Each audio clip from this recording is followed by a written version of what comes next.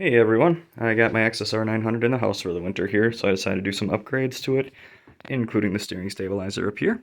A lot of people go with the GP unit. I didn't have that kind of cash. I mean, they run upwards of 450 to 500 bucks.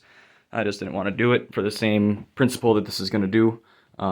This is a little more, I guess you can say, less clean than the GP would be, because the GP is kind of tucked away underneath the handlebars, but this is also easy to change if it ever breaks. I can just pop it out, put a new one in, because now that I got the bracket installed, you can just put the cylinder back in and not a big deal.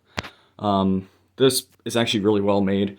I was looking at the CNC pieces and everything that they machined out, and the bracket back there is really nicely made. Very accurate with the holes and everything else to line up and everything for the actual handlebars and everything, so that was really nice. The adjustment knob down here has quite a few settings in it. It does click into place, as you can hear, which is really nice. I just have it on the lowest setting right now because I have no way to test it right now until I get it on the road. The bracket is the only hiccup you're going to have. So I'll turn on a flashlight here to show you. Back here, you got a little bit of a hiccup. Because of the centerpiece on the tank, it's going to rub, so you're going to have to cut that out. In all reality, when you're at a distance, you can't see it anyway.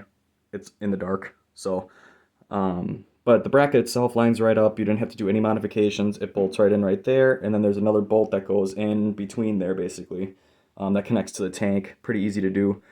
To give you an idea of what you got to do to get this cover off, the easiest way, instead of trying to, like, you see that little rivet right there? That is just a plastic rivet. Actually push them in. They are made to be pushed in to remove out, and then you move your pin back out when you're putting it back in. So I can give you a quick example here. That way you know how to do this, and nobody damages their bike. So, just getting set up. I can't really do light. I'm going to do light here.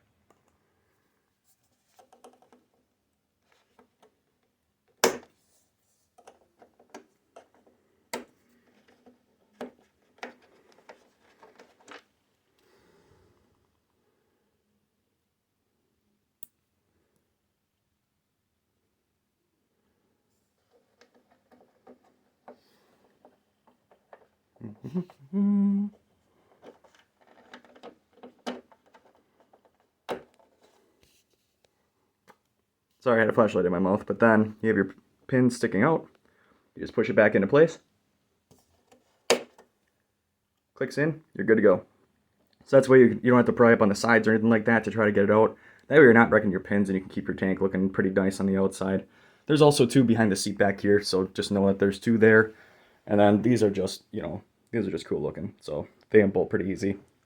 Other than that, feel free to shoot any questions you have, but I highly encourage this. It's a good alternative. Like I said, the brackets you can always keep, and you can always add a different cylinder on if you need to. So, all right, have a good one.